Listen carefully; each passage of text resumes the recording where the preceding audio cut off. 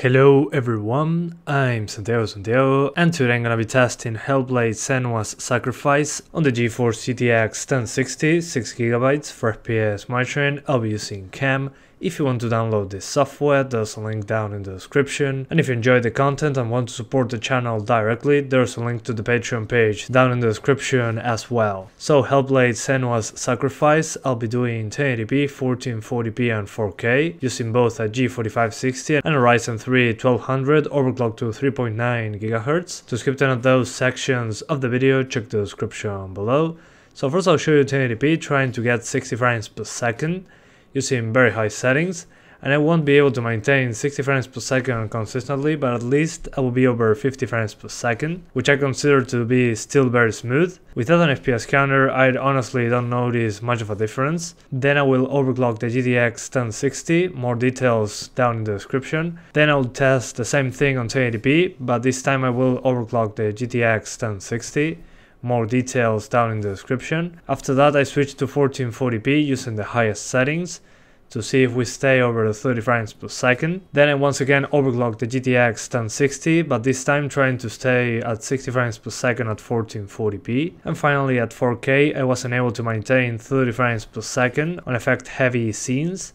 I got drops as low as 26 frames per second, so I recommend avoiding 4K. So this game was developed by Ninja Theory using Unreal Engine 4, and I have to say it's a gorgeous game, one of the best looking games so far this year in my opinion. The graphics options menu has the usual stuff of Unreal Engine 4 games. Also, as usual, the post-processing option is the biggest hit to the frame rate. This particular option has film grain, depth of field and some other things bundled into it, which this game has very heavy use of depending on the scene, so keep that in mind. And also remember that the cutscenes are rendered in real time, so it also has a hit to the GPU when you're just watching cutscenes. The frame rate targets that I set into this video, that were mentioned when I started the video, are just for the gameplay itself. On cutscenes, if my target was 30 frames per second, I dropped below 30.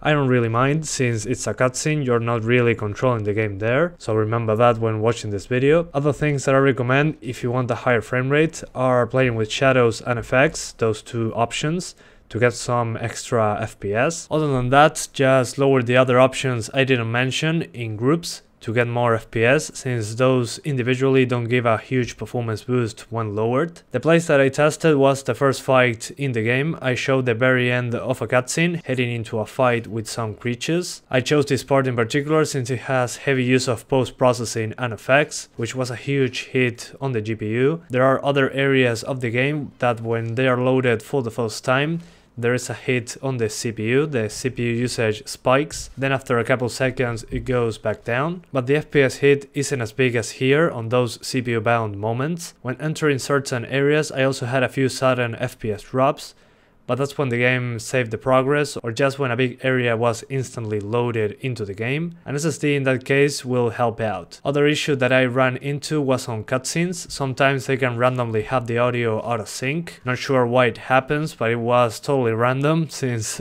at both 30 frames per second or 60 frames per second it happened. Also at 720p or 1080p or 1440p it still happened, so it seems to be just a random occurrence. The audio usually goes back to normal after the cutscene ends. Anyway guys, that's pretty much it. I hope you keep enjoying the video, thanks for watching and see you next time.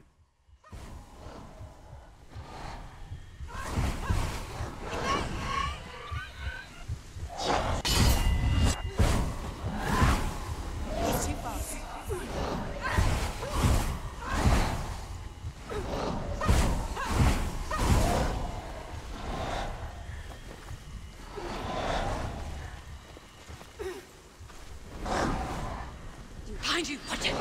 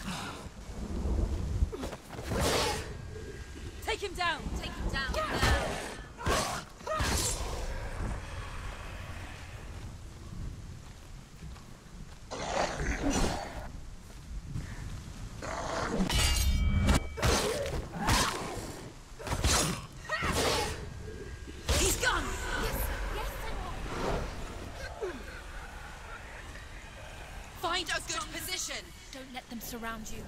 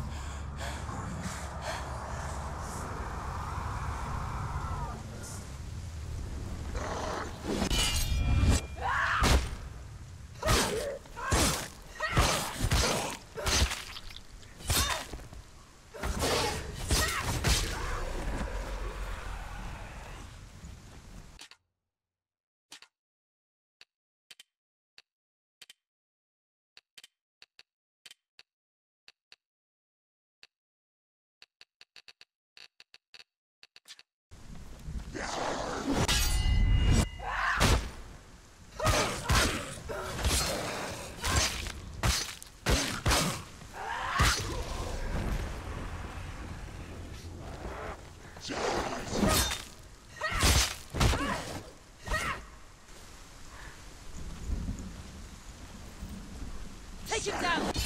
Get down! You finished it.